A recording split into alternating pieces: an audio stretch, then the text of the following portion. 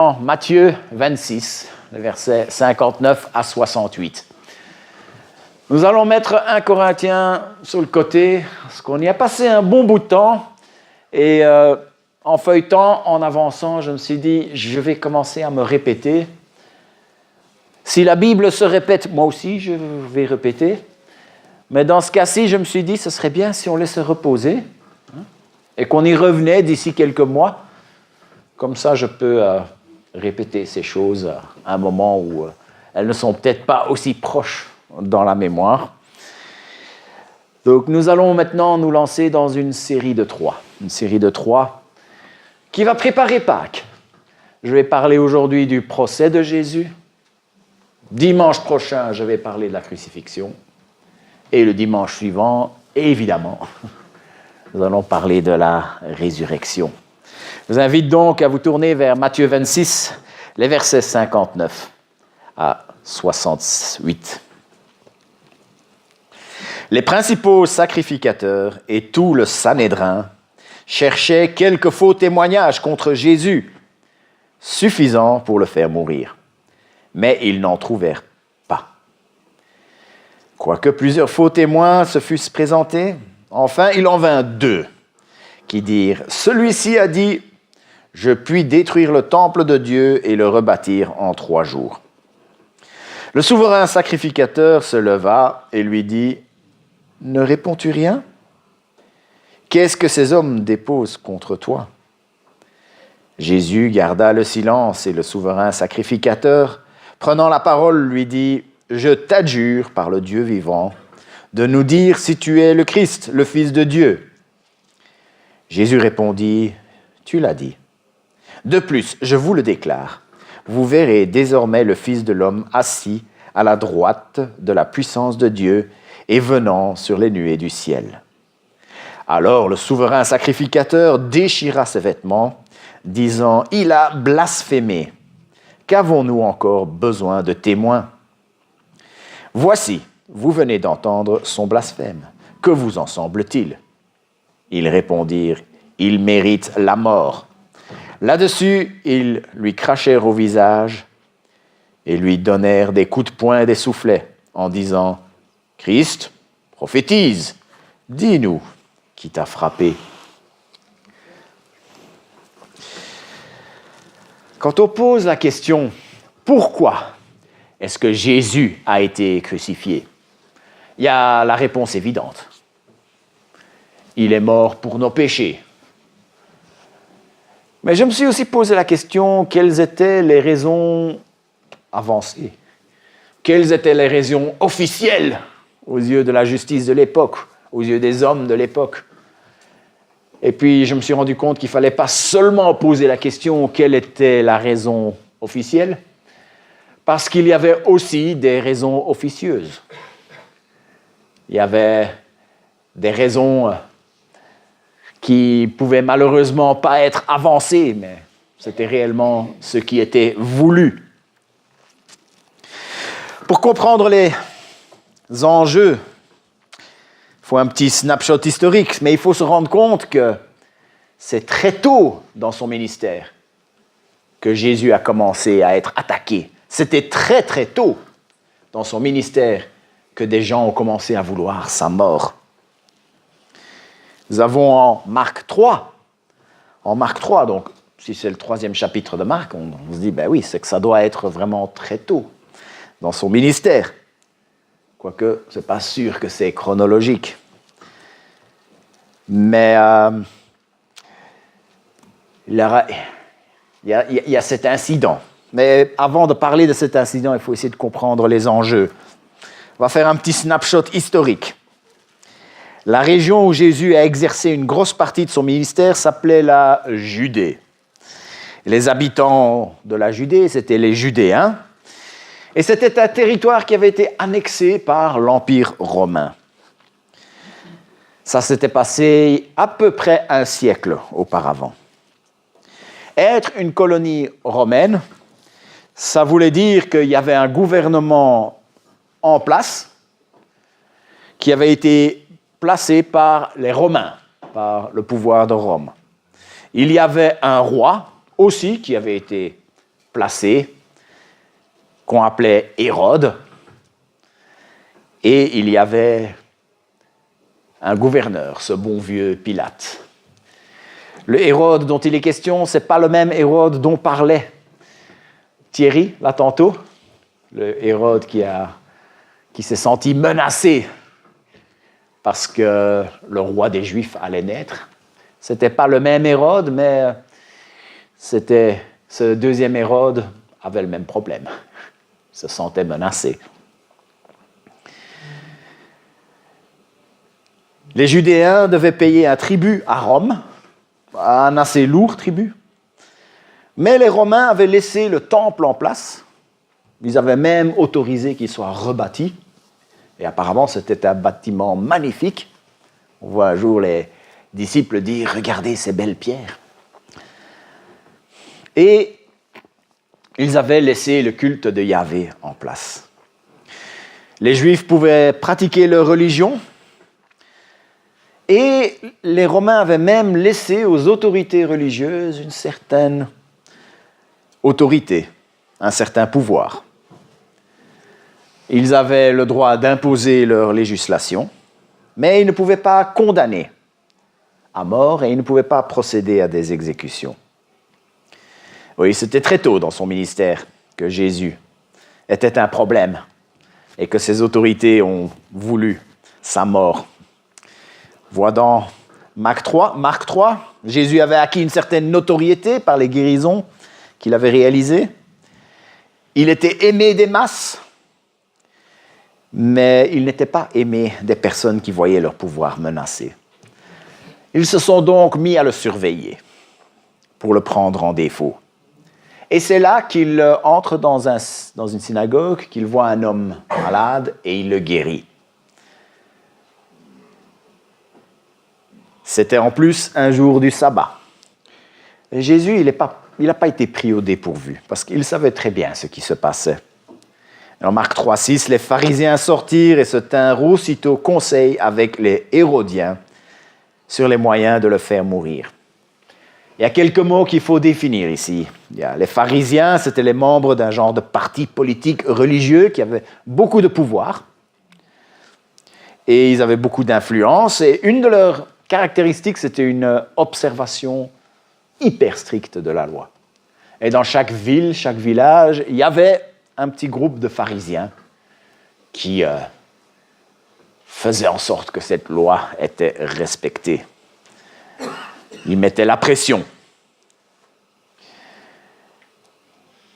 Et puis, il y a les Hérodiens. Les Hérodiens, c'était un autre parti. C'était ceux qui s'alignaient avec l'occupant. Ceux qui s'alignaient avec le colonisateur, avec Hérode, le roi qui avait été mis en place par les Romains. Pour les pharisiens, guérir un jour de sabbat, c'était tellement grave que Jésus méritait déjà plus de vivre. Ils avaient du pouvoir, mais pas assez pour ordonner la mise à mort.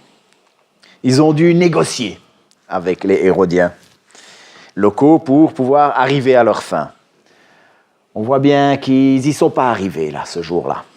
Mais la machine avait été mise en route. Jésus, lui, il ne rejetait pas la loi. Il a bien dit, je ne suis pas venu abolir la loi, je suis venu l'accomplir. Mais ce qu'il dénonçait, c'était cette religiosité qui avait pris tellement de place et qui avait transformé cette loi en un fardeau qui était devenu trop lourd à porter. Leur obsession de la loi était telle que même un acte miraculeux que seul Dieu pouvait faire, une guérison de cette envergure, ça ne pouvait que venir de Dieu. Mais leur obsession de la loi était telle que même un acte venant de Dieu était relégué au second plan par rapport à la lettre de la loi. L'application stricte de cette loi sans réfléchir au plan de Dieu, au désir de Dieu.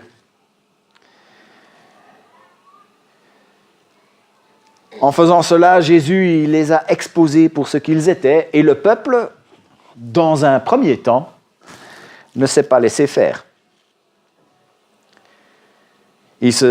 Parce que le peuple s'est mis à suivre et à écouter Jésus. Ils se sont mis à... Les chefs religieux étaient déjà en train de se rendre compte qu'ils étaient en train de perdre le peuple. Et ils se sont mis à suivre, à écouter Jésus.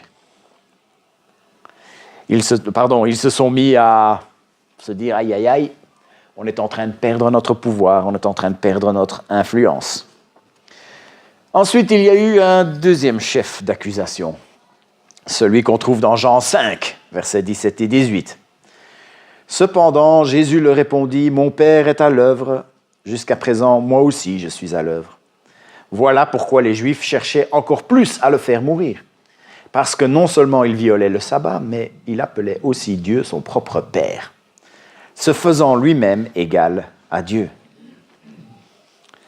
La deuxième raison que les chefs religieux voulaient la mort de Jésus, c'est parce qu'il se disait fils de Dieu. Je me suis rendu compte qu'il faudrait que j'explique un petit peu plus de ce que ça veut dire être le fils de Dieu.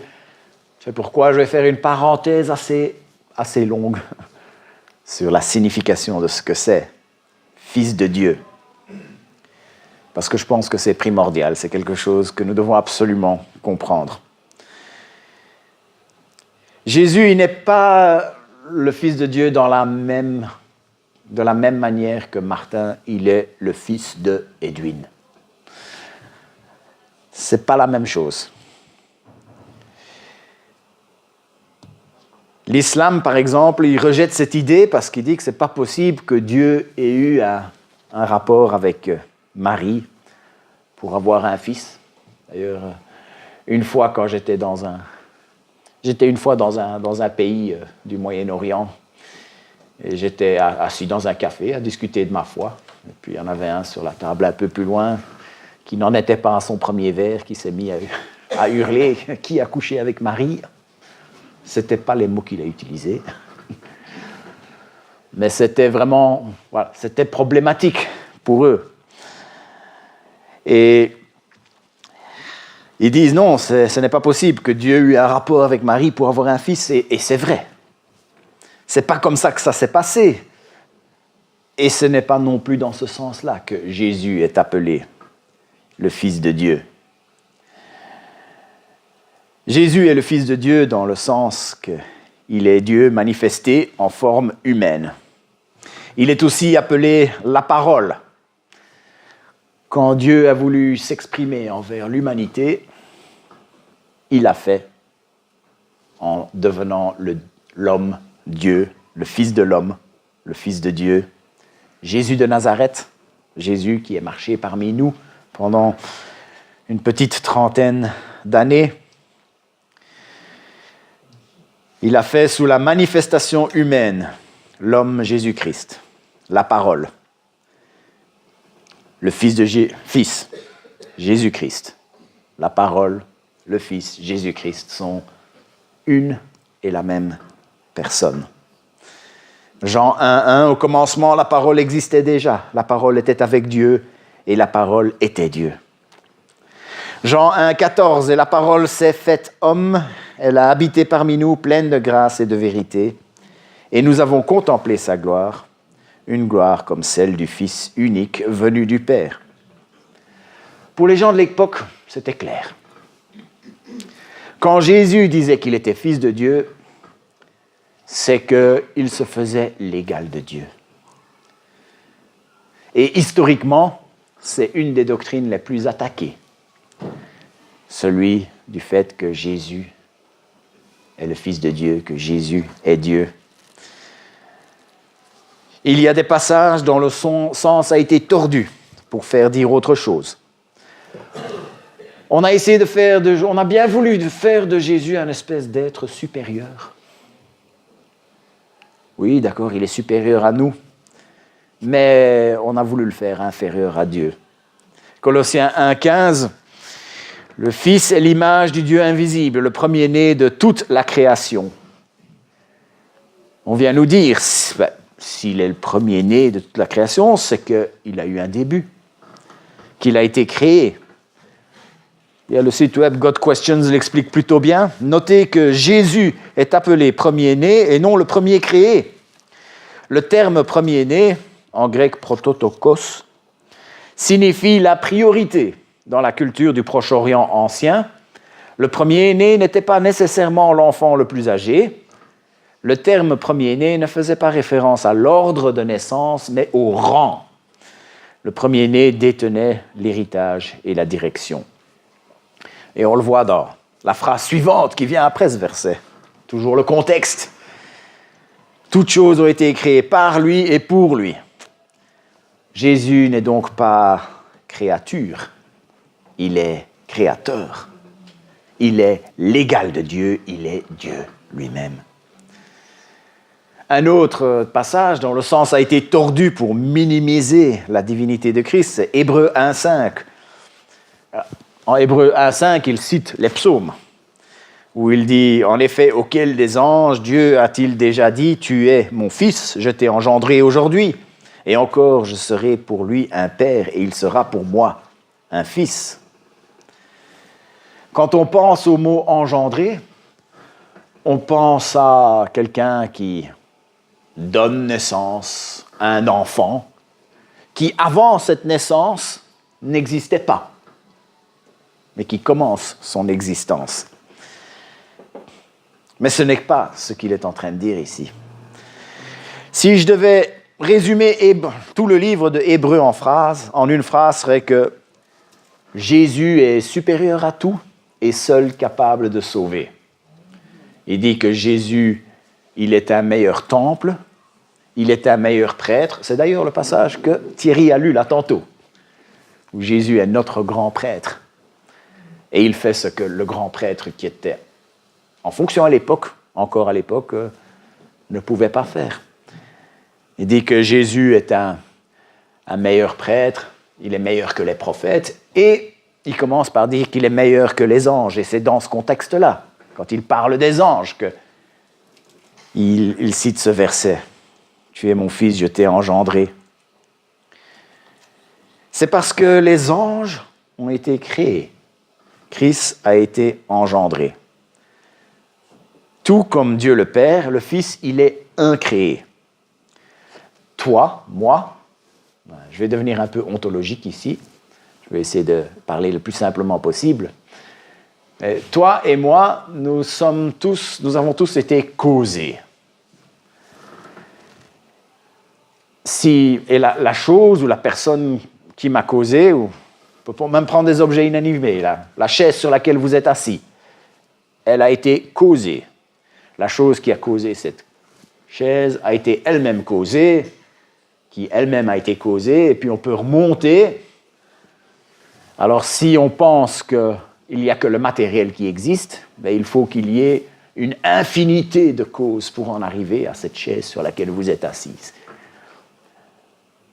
Philosophiquement, ce serait bien plus logique de penser qu'il y a une cause première. Donc, on reprend le raisonnement. La chaise sur laquelle vous êtes assise, elle a été causée. La chose qui a causé la chaise a été causée, qui elle-même a été causée, et on remonte, et puis à un moment donné, on arrive à une cause première. Cette cause première, c'est Dieu. C'est celui qui n'a pas été créé. Celui qui est créateur. Donc nous tous, tout ce qui nous entoure, ont été créés. Et Dieu, il est là créé. Et s'il dit que Jésus est engendré, c'est que lui aussi, il est incréé. Il n'est pas créé. Il est la cause première.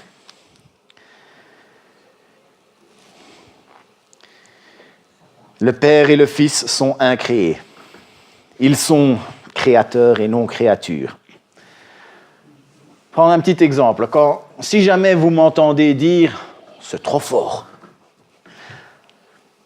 si vous avez peut-être en dessous d'un certain âge, vous allez comprendre qu'en fait, je suis en train de dire que je suis impressionné par quelque chose. En général, les gens comprennent ça. Si je dis « c'est trop fort », les gens comprennent. En fait, je suis en train de dire « je suis impressionné ». À l'époque, si quelqu'un disait « je suis le Fils de Dieu », tout le monde comprenait qu'il était en train de se faire l'égal de Dieu. Tout le monde comprenait qu'il disait « je suis Dieu ». D'ailleurs, et pour les chefs religieux de l'époque, c'était un blasphème. Et la personne qui prononçait ces paroles ne méritait pas de vivre. On peut même dire la même chose par rapport à cette déclaration. À un moment, il a dit « Avant que Abraham fût, je suis ». Si je suis un être, ça veut dire que quelqu'un a fait en sorte que je sois. Je suis parce que quelqu'un a fait en sorte que je sois. Mais quand il a dit « avant qu'Abraham ne fût, je suis », c'est parce que son être, il le reçoit de personne. Son être, il est en lui-même, parce qu'il est l'être. C'est d'ailleurs la signification du nom Yahvé. Dire ça à l'époque, c'était clairement se dire Dieu. Avant qu'Abraham ne fût, je suis. D'ailleurs, c'était tellement clair qu'une folie meurtrière s'est emparée de ses opposants. Ils étaient prêts à faire fi de toute la procédure et procéder à l'exécution sans forme de procès. Ils ont ramassé des pierres et ils ont cherché à lui lancer. Et il a réussi à s'éclipser. D'ailleurs, un de mes pasteurs, de l'époque où j'étais en train de voyager sur les 7 mers, me disait, c'est le pasteur sud-africain Peter Nicol, il disait, c'était comme s'il était divinement caché. On voit ces gens qui cherchaient la mort de Jésus, et parfois des foules entières, et que lui, il glisse entre les doigts. C'est comme si Dieu l'avait peut-être rendu invisible, ça on ne sait pas. Il ne rentre pas dans les détails là-dessus, donc je ne peux pas aller plus loin par rapport à ça, mais Dieu agit pour que ces gens n'arrivent pas à leur fin.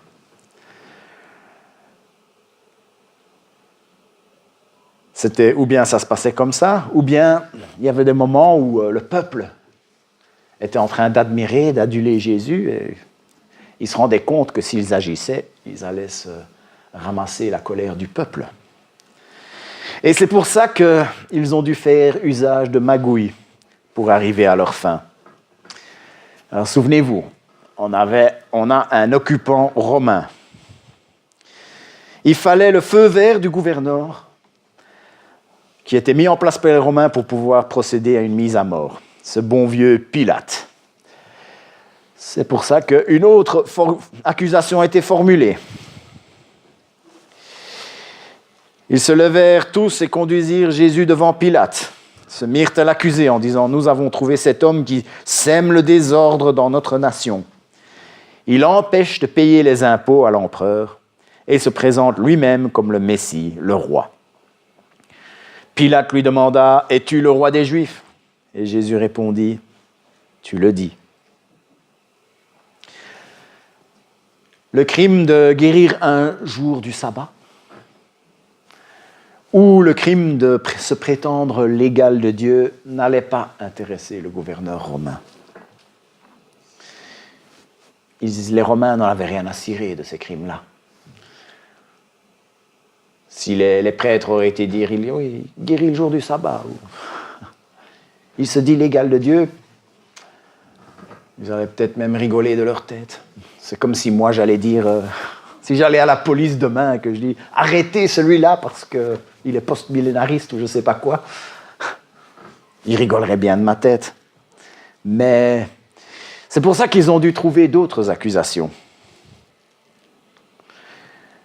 Ils ont porté l'accusation qu'il était en train de soulever une rébellion. La crucifixion, on parlera un petit peu plus la semaine prochaine, mais c'était un châtiment qui était réservé aux rebelles. La crucifixion, c'était une mise en scène effroyable qui avait pour but de semer la terreur dans le peuple et de les dissuader de se rebeller.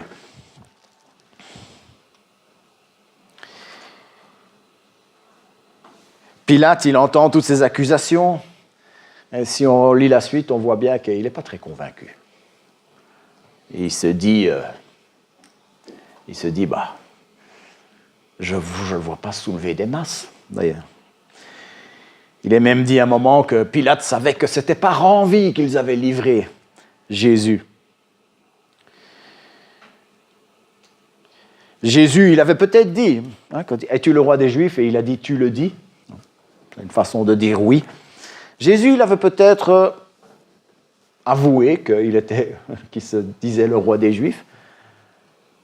Mais même avec ça, Pilate savait que ce n'était pas quelqu'un qui allait soulever une révolte. Et s'il était le roi, c'est parce que dans le nouveau royaume de Dieu, c'était lui qui allait être le dirigeant. Il a donc fallu une raison officielle pour le faire mourir. Et donc on l'a accusé d'être quelqu'un qui soulève le peuple.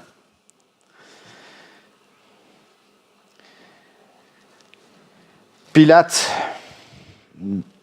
il finit de céder parce qu'il voit bien que la foule s'était soulevée contre Jésus. La foule qui le protégeait, en quelque sorte. Auparavant, les gens n'osaient pas s'approcher de lui à cause de la foule, mais ils ont réussi à le détourner. Et donc Pilate, c'était à son tour, il a commencé à... Jusque-là, par exemple, il y a Caïphe qui dit, on va le mettre à mort, parce que s'il soulève le peuple, les Romains vont venir, il va y avoir des massacres, donc il vaut mieux qu'un meure, que tout le peuple meure. Et puis, le rôle se renverse. Ici, c'est Pilate qui se dit, si je ne fais rien, il va y avoir une rébellion, je vais passer pour un gouverneur incompétent, etc. Politiquement, ce n'était pas bon pour lui. Il se lave peut-être les mains, mais il joue le jeu. Il y avait un écriteau qui a été placé au-dessus de Jésus quand il était sur la croix. Jésus-Christ, roi des Juifs. Cet écriteau l'identifie en tant que rebelle et donne un semblant d'officialisation à cette exécution publique. Quand j'ai creusé ceci, je me suis dit, ça en fait des manœuvres politiques pour en arriver là. Je me suis dit, ça en a fait des magouilles pour en arriver là. On a vraiment tout un dédale de magouilles, de mensonges, des manipulations. On joue avec la propagande, on joue avec l'opinion publique. Il y a vraiment de quoi se perdre dans tout ça. Mais je me suis aussi rendu compte qu'il fallait bien ça. Parce que Jésus est venu donner sa vie en rançon. Mais comment condamner à mort un homme sans péché? Comment condamner à mort un homme dont la bonté avait fait en sorte qu'il était aimé de beaucoup de gens? Je me suis aussi demandé, mais voilà, d'accord, il fallait qu'il meure, mais pourquoi pas faire plus simple avec un sniper genre Lee Harvey Oswald ou quelque chose d'extrajudiciaire? Et ça, personnellement, je pense que c'était la volonté de Dieu que la mort de Jésus soit quelque chose de public, et pas seulement public, mais quelque chose qui était à la une de l'actualité. Ça s'est passé dans Jérusalem à un moment où il y avait beaucoup de gens. Ce n'est que mon avis, le Seigneur me corrigera. Voilà. Et si je me trompe là-dessus, je ne pense pas que c'est trop grave. Je pense que, puisque la clé de voûte de notre salut, c'est la résurrection, on allait essayer de faire croire que Jésus, en fait, n'était pas mort. Et c'est pour ça que le Seigneur s'est assuré que ça se passe devant beaucoup de témoins, pour que cette accusation ne tienne pas. pour qu'on dise oui, il est réellement mort. Et quand il est réapparu après, on peut dire oui, il est réellement ressuscité. Parce que la résurrection, elle change tout. Sans la résurrection, il y a toute la Bible, toute l'Église qui s'écroule. Dieu avait un plan rédempteur. Il fallait qu'un homme sans péché meure pour le péché des hommes. Malgré toute cette complexité judiciaire, politique, propagande, il est arrivé exactement là où il avait prévu d'arriver. Jésus est mort pour nos péchés. La complexité politique n'arrête pas notre Dieu. Les magouilles judiciaires n'arrêtent pas notre Dieu. La propagande qui joue avec l'opinion publique n'arrête pas notre Dieu. Souvenons-nous de ça la prochaine fois qu'on regarde un journal télévisé et qu'on déprime. Comme l'a dit Thierry tantôt, l'homme démarre les guerres, Dieu sait quand il va les arrêter, quand elles vont s'arrêter. La complexité politique n'arrête pas notre Dieu. Rien n'arrête notre Dieu. Une autre chose qui aurait pu très facilement se faire, c'est que Jésus, s'il avait dit une autre phrase, s'il avait fait un autre acte, il aurait pu tout renverser et repartir en liberté, en forme. Il aurait pu exposer, juste par quelques paroles, l'hypocrisie des faux témoins. Il aurait pu rappeler à tous par ses miracles qu'il faisait ce que seul Dieu pouvait faire. Ça pouvait répondre aux attaques par rapport au sabbat et par rapport au fait qu'il se disait fils de Dieu. Mais il ne l'a pas fait. Jésus aurait pu tout simplement expliquer à Pilate. Ben non, je ne suis pas en train de remonter, je ne suis pas en train d'exciter une rébellion contre vous.